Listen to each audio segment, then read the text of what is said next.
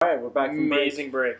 That was awesome break. So, yes. Okay, so now let's move on to a little interview we had with Erik Rhey from PC Magazine. Senior editor of PC Magazine. Okay, now to give you a little backstory into this interview, basically Cameron got asked to do an interview with this guy, Erik Rhey, at PC Magazine. PC Magazine in New York. But we could only do, but he wanted to do it for the podcast. I wanted to do it for you guys. Yeah. That was the goal. I thought this was really where I wanted to do it for my audience.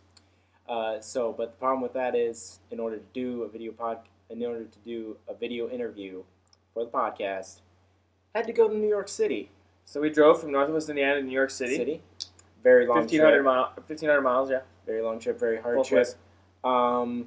Went inside to the Zip Davis building, which PC Magazine is located. Did an interview, pretty freaking awesome. Yes. We are now back. It was an amazing interview. I cannot wait for you guys to see this.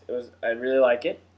Let's jump in right now. What we'll do is we'll jump into the interview. When we come back, we'll kind of give our impressions of the interview. Sound good? Yep. So we're right back. Again, sorry for another break, but we'll be right back after this interview with Erik Rhey, senior editor at PC Magazine, and we'll be right back.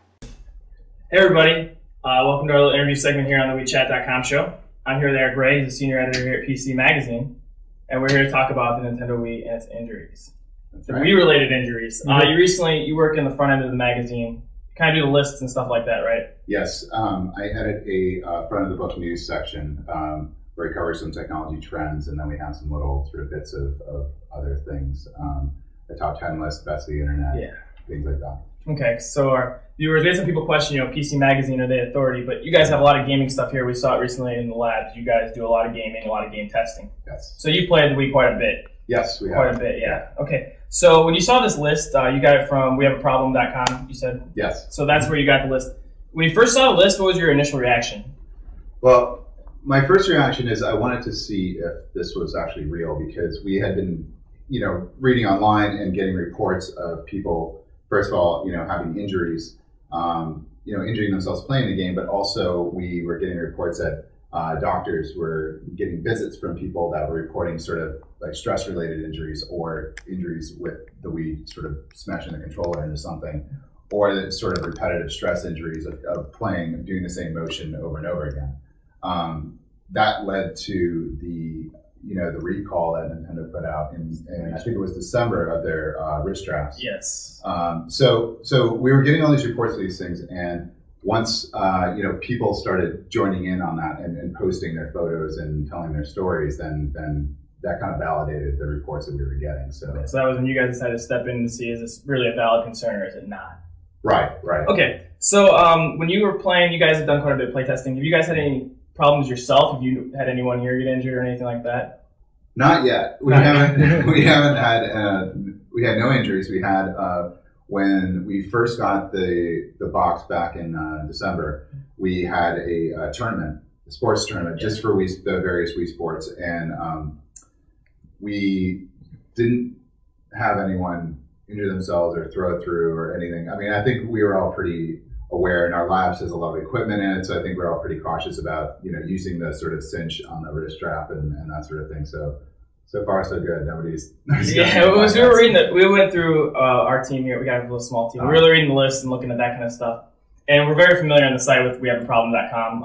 A lot of times we have people who criticize our site or our work. They just say PS3 is the best. First thing they cite is, look at all these injuries it's caused.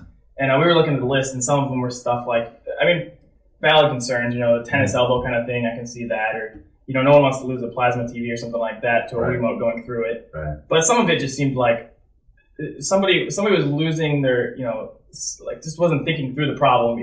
I saw one, it was like a girlfriend with a black eye. Right. Infant baby was injured. Yeah. And we thought to the point, where does common sense take over? Because we're talking, you don't go other activities. You don't go golfing with your baby, right by the tee area. You don't go hammering nails with your baby holding the nail for you. This isn't gaming in the standard sense with the 360 or the PS3, but there should be a heightened sense of, awareness about these problems, and somebody should actually be thinking about it beforehand. That was our big concern with it, is that, how much of the list is legitimate and how much is it a guy drinking and then just deciding not to use the wrist strap. Right. I mean, I think a big part of that was, there is a common sense factor that plays in here, and it says it has a disclaimer very clearly when you start the game. When you insert the disc, it says, please make sure the cinch is, cinched up on your wrist strap and you're not, near any objects. So I think that, people sort of make fun of the ridiculous disclaimers that are on some products. For example, I think there's an iron that has a warning label that says don't try to iron while you're wearing the clothes, that sort of thing. But, on the other side, it's obviously with these injuries that some people are just kind of taking it to ridiculous extremes, or just doing something as simple as not wearing the wrist strap at all, or tightening it, or just sort of like going gangbusters. And I think the thing about the kind of interactive element of it, and so well, if you're using a wireless remote that you're swinging around, there's a higher potential for injury, but that interactive element is exactly why the Wii is so popular. And it's sold 5 million units so far in 3 months or something like that. Right. I mean, sales numbers is showing that people want something other than the 360 or the PS3. Right. I mean, that and the price. The price is definitely attractive, being hundreds less than PlayStation 3 or the Xbox. But the elements of it, the technology of having like the wireless remote and having this sort of interactive element where you're actually moving and the game responds to your body movements, I think was a big sell for people. Yeah.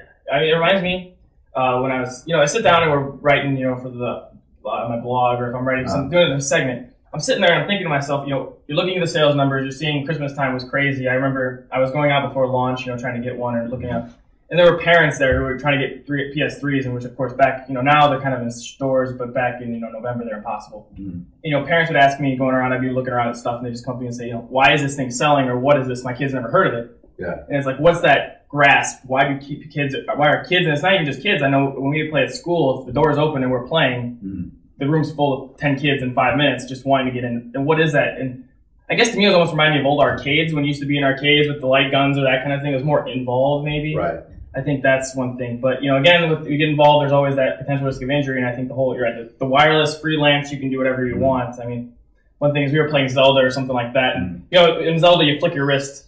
But when we had it, we would definitely be slashing our sword. It's like you feel like you're Link, you feel like you're in the game. Yeah, and one thing that I'll note is that is we were talking about this before with Wii Boxing, that when we had our Wii tournament, the people that were playing the game with the sort of connected like nunchuck extension were throwing full out punches. Mm-hmm.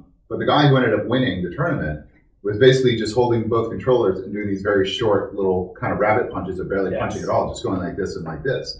And just doing that, he managed to beat the people that were throwing, these full-blown punches. So the controllers are responsive enough that you don't really need to do that. You don't need to throw full punches or do these crazy swings of your arm. Yeah.